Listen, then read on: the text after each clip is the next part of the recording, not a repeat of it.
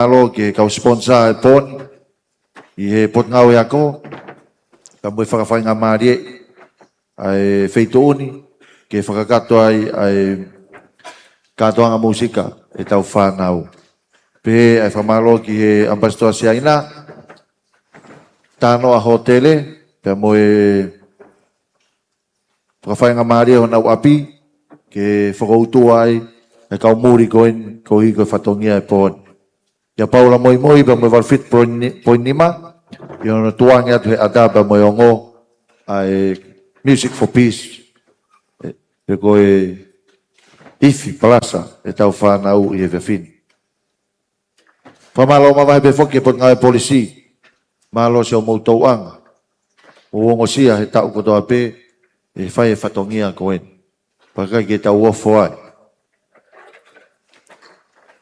e ko hi na mo fo ha ke pe i hala ta tau wa ngai family ko na famoni pe famoni be ngai family me muri ko na usi heka he vakapuna ma lo mo ngutu i me ai fi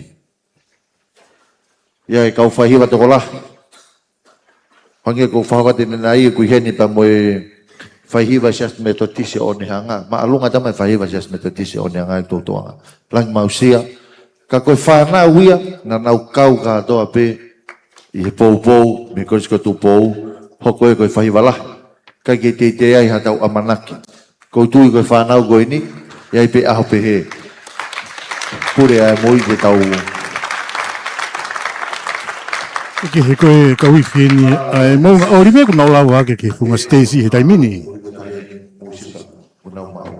pe o to be e fa malo ke a Paula moi ke be hoki ka ko se tuku ka wi fi tuku me hikolis piula me Australia yo mo wanga ofa kai mai to nia mo ki kau tahan kai lawa ki paho ko atu ai ka to nga mahui nga ko ni e tau inasia ai tonga ko toa o ika nga to tongani ai pe foki i he ope ke ata be sponsor hong kong na ko tau ahola hi o ko ai tau konseti ka ko tau fa fi me ka wifi lo ko tanga ko sa mi fungare tau ne fa ne ko mo ngari ve mo mate pe fi ko ahon wo mo ye fi malo sa mi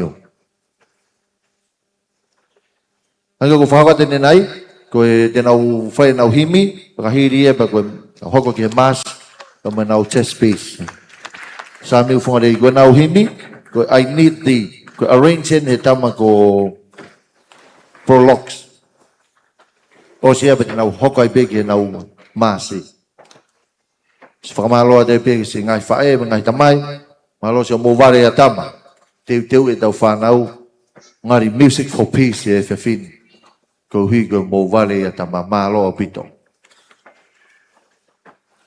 Samiu fungare be mo ka wifi ko ia mo unga olive o na wi funga Stacy da mini koi teu bege Ang muri ki fai longa mai kai kamata. Ko le resa mo ngaribe e o se nau himi manau aruna do ki nau chest piece ke tribulation manau do fa os ki masi.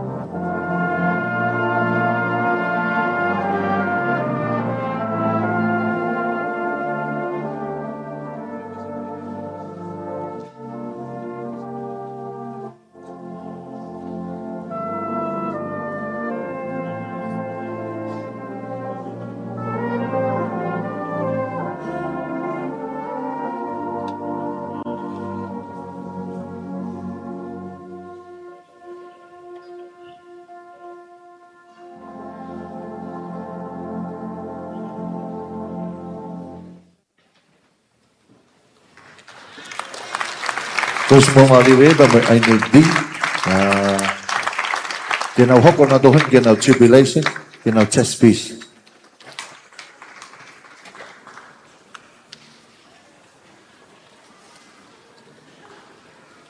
Kena hoko kena chest peace, kena tribulation, kena tok faos kena fast masi.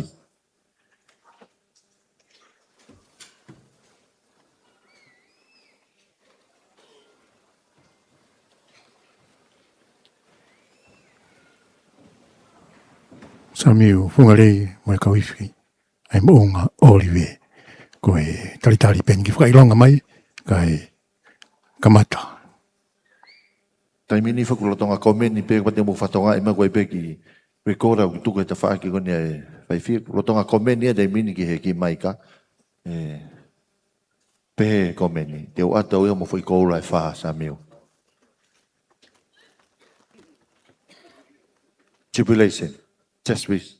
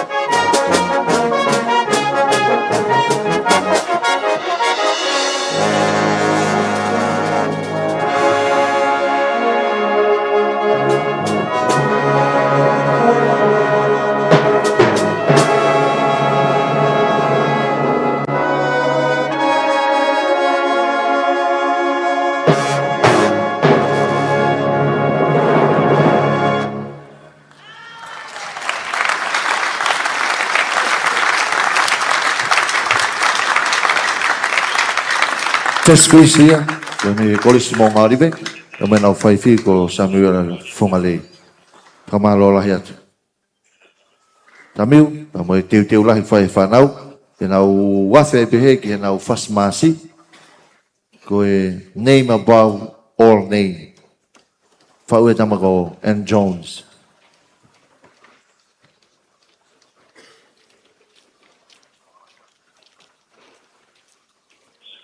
Peke kung tawa mai nau paspaasi ka fasi masi. Paivi Samuel Fungalei.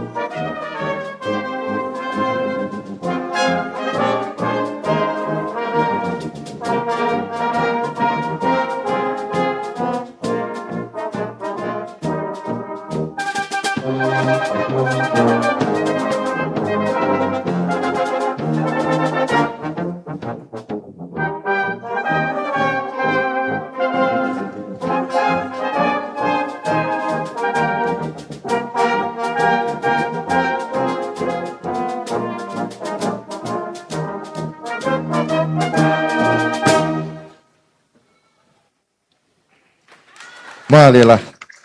When I masi ko name above all name. Pe me kolis mo ngaribe ia pe me hahak. Famalola hiatu. Samuel Fungalei pe pe ke neonga tokoni. Mo teu e tau whanau.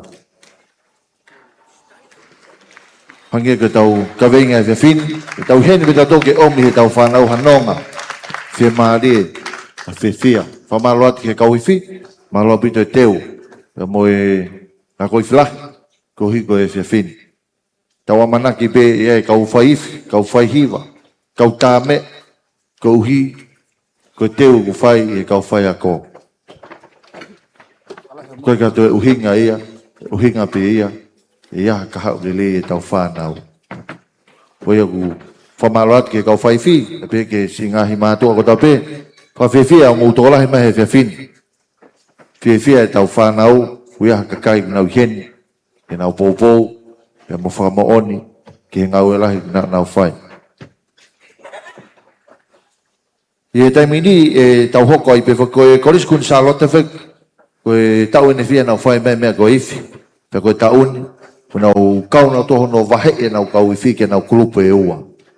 Lava whake kulupu e ua ia, o uhinga ia, koe ne lahi e nau mea iwi. Tok os whake nia naisa nau whuka toa ngā lahi e senturi, ya lahi e me nau seniti, pe koe ni kuua i mo nau iwi. Koe au tau whiwhia, koe tau pehe pe whoko kalasi uluaki mo kalasi, ai koe kalasi ua, koe kalasi e nei toki ako ako iwhia ke taun, pe koe nau kalasi uluaki, mahalo pe ko sia ue tau e ua pe tolu e nau iwi. Pe koe nau whai iwi ke ai, koe whiwhine pe ia, koe katoa kau whai iwi koe o ngahi korisi, koe kakai tangata, koe kun Charlotte ia, koe whiwhine ia. Ki kaunanga ia ko whiwhita tupo.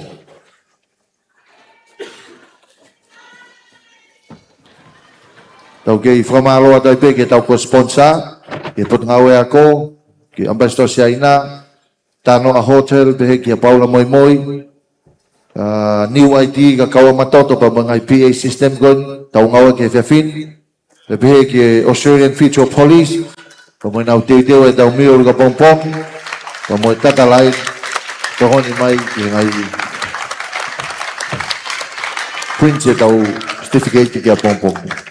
Fa mo mo reat le hala ko mau tau hoko hen ki Nuku'alofa College. Fa mo mo re. Eke, koe whina tā kui lau, wangi koe hoko he pokama. Koe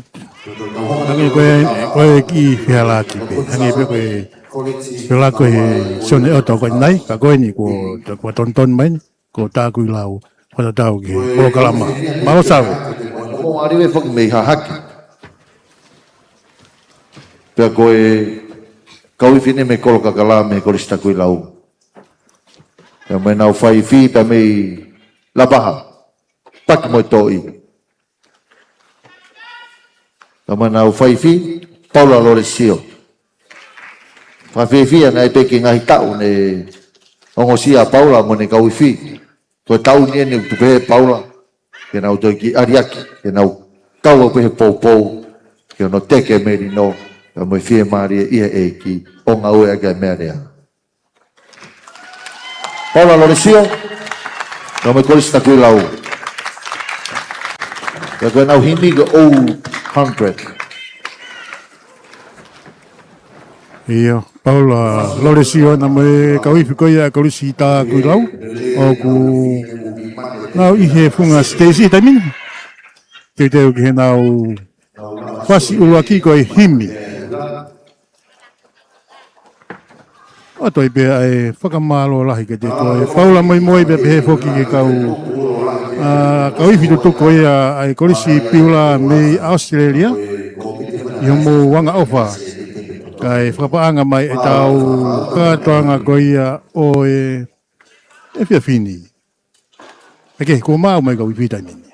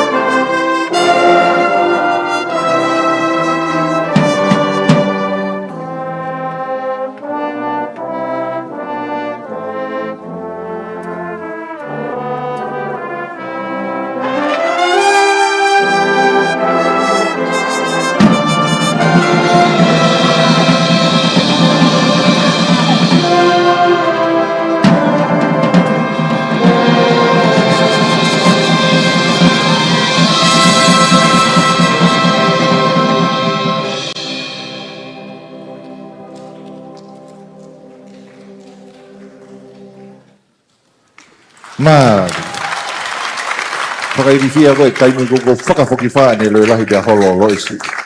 Malo paula lo resio. My old 100 himi mali e ia.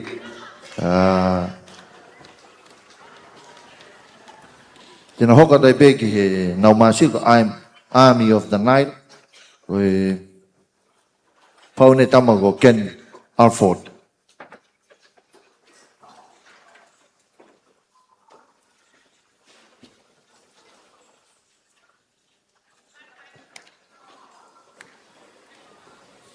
Nā tolun tō mui mai, wiram telefoni, me pēki e kau tō mui mai, ata sea kulokula ko ni mua, ke maulava mai kiai.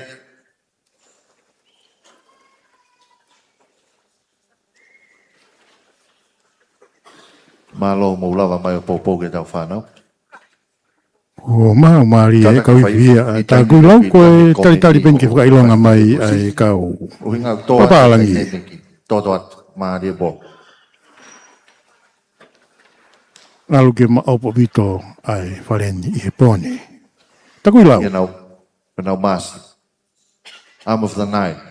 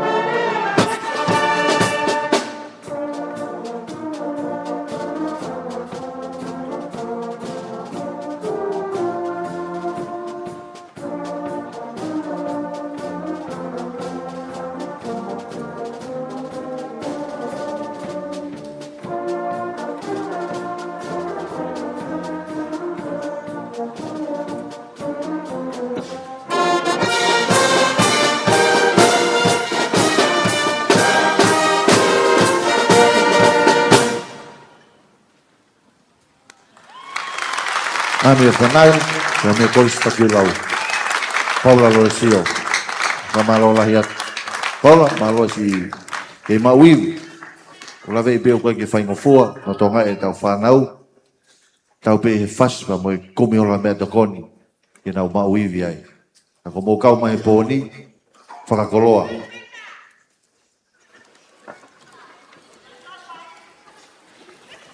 Na tolu koe nau toki mea mai, taimini foki o koe ke te whasilifi.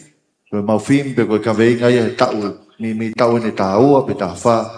Ui pe koe Music for Peace. Pea koe heni kone a mo mori koe ni. Ke na hanga pe na